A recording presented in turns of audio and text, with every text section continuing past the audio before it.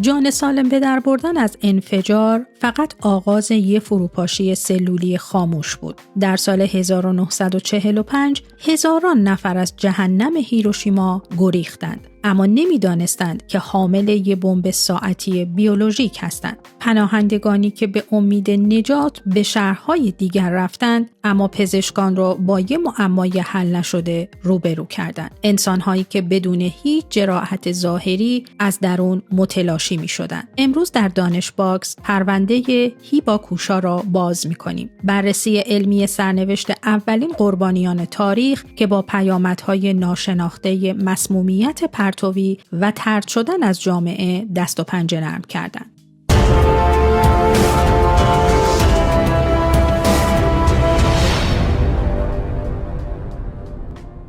تصور کن از وسط جهنم فرار کردی. نفس راحت میکشی که زنده‌ای، اما خبر نداری که خود مرگ همین الان توی خونت داره جریان پیدا میکنه. سال 1945 هزاران نفر از هیروشیما و ناگازاکی تونستن از انفجار فرار کنن، اما گیر یه قاتل نامرئی افتادن که از خود بمب ترسناکتر بود. اونا فکر میکردن نجات پیدا کردن، اما تازه اول بدبختی بود. این داستان سانسور شده هیباکوشاست، اولین پناهندگان اتمی تاریخ که دنیا اونا رو مثل جزامی ها طرد کرد. تا آخر این ویدیو با من همراه باشید تا بفهمید چرا زنده موندن گاهی دردناکتر از مردنه. بیایید عقربه‌های ساعت رو دقیقاً برگردونیم عقب. 6 آگوست 1945 ساعت 8:15 صبح. طبق مستندات موزه صلح هیروشیما و روایت‌های دقیق جان هرسی در کتاب مشهورش، ماجرا با یک نور شروع شد. نه یک صدای مهیب، بلکه یک نور. نوری که بازمانده‌ها میگن روشن‌تر از 1000 خورشید بود. سکوتی مرگبار برقرار شد و بعد موج انفجار سر رسید. اما داستان اصلی ما داستان آنهایی نیست که همون ثانیه اول پودر شدن. داستان کسانیه که زنده موندن و شروع کردن به راه رفتن. توی اون لحظات اولیه یه پدیده عجیب اتفاق افتاد که بهش میگن خروج خاموش. شهر داشت میسوخت. دمای هوا در مرکز انفجار به 4000 درجه سانتیگراد رسیده بود. مردمی که زنده بودن با یک غریزه حیوانی فقط میخواستن از مرکز حرارت دور بشن. شاهدان عینی صحنه‌هایی رو توصیف میکنن که حتی تصورش هم سخته.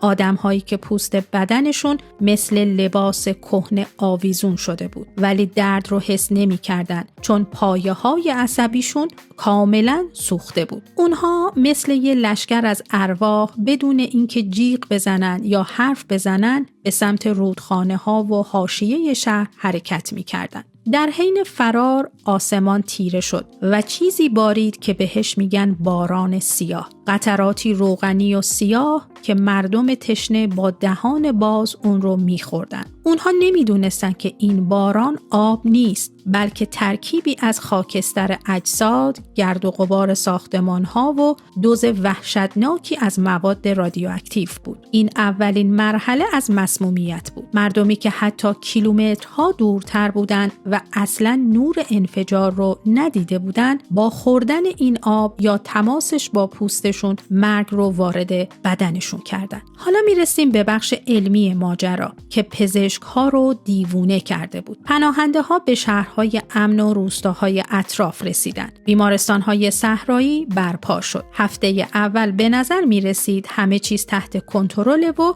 فقط باید زخم‌های سوختگی رو درمان کنن. اما ناگهان از هفته دوم و سوم فاز دوم فاجعه شروع شد. پزشک‌ها با علائمی روبرو شدند که توی هیچ کتاب طبابت اون زمان وجود نداشت. بیمارانی که حال عمومیشون خوب بود و داشتن مرخص می‌شدن، یهو تب‌های 40 درجه می‌کردن. دقیقاً چه اتفاقی توی بدنشون می‌افتاد؟ بذارید علمی بررسی کنیم. رادیواکتیو، مخصوصاً پرتوهای گاما و نوترون، مستقیما به مغز استخوان حمله کرده بود. کارخانه خونسازی بدن از کار افتاده بود. اولین علامت ریزش مو، اولین نشانه بود. بازمانده‌ها دست می‌کشیدن به سرشون و موهاشون کامل کنده می‌شد. 2 خونریزی داخلی، گلبول‌های سفید و پلاکت‌ها به شدت افت می‌کردن. دکترها می‌دیدن که لثه‌های بیمار خونریزی می‌کنه و بدتر از اون لکه‌های کوچک بنفش رنگی به نام پچی روی پوستشون ظاهر می‌شد. این لکه‌ها یعنی خونریزی زیر پوستی، یعنی بدن دیگه توانایی لخته کردن خون رو نداره. 3. عفونت. چون گلوبول سفیدی برای دفاع نبود، یه خراش ساده تبدیل میشد به قانقاریای کشنده. دکترها اسم این رو گذاشته بودن بیماری ایکس. فکر میکردن شاید نوعی اسهال خونی یا طاعون باشه. اونا نمیدونستن دارن با سندروم حاد تشعشع میجنگن. هیچ درمانی وجود نداشت. هزاران نفر که از انفجار جان سالم به در برده بودن توی رخت خواب و در سکوت از درون متلاشی شدن و مردن. اما دردناکتر از فیزیک و زیست شناسی جامعه شناسی این فاجعه بود. وقتی خبر پیچید که پناهنده های هیروشیما دارن با علائم عجیب میمیرن، ترس جامعه ژاپن رو برداشت. شایعه شد که این بیماری واگیر داره. اینجا بود که کلمه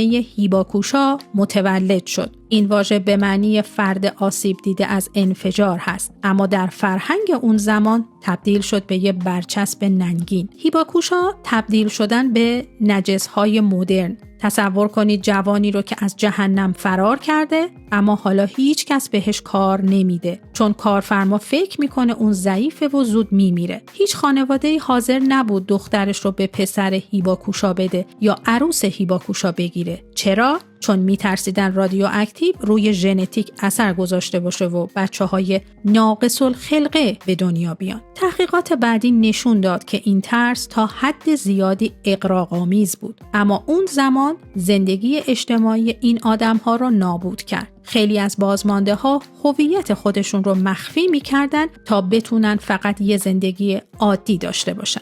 و حالا تیر خلاص، نقش دولت‌ها. طبق اسنادی که سالها بعد فاش شد، دولت آمریکا و ژاپن یک کد مطبوعاتی سختگیرانه اعمال کردند. هر گونه گزارش درباره بیماری تشعشع سانسور می‌شد. اونا می‌خواستن بگن این فقط یه بمب خیلی قوی بوده، نه یه سلاح بیولوژیکی شیمیایی پایدار. آمریکایی‌ها سازمانی رو تأسیس کردند به نام ABCC، کمیسیون تلفات بمب اتمی. نکته ترسناک ماجرا اینجاست. کار این کمیسیون درمان نبود، فقط تحقیق بود. بازمانده ها رو می آوردن، ازشون خون می گرفتن، عکس برداری می کردن تا ببینن بدن انسان چطور تخریب میشه و بعد می فرستادنش خونه تا بمیره. بازمانده ها حس می کردن موش آزمایشگاهی هستن. این حس رها شدگی خشم و تحقیری که این پناهنده ها تحمل کردن زخمی بود که هرگز خوب نشد. این داستان واقعی اولین پناهندگان هسته‌ای تاریخ،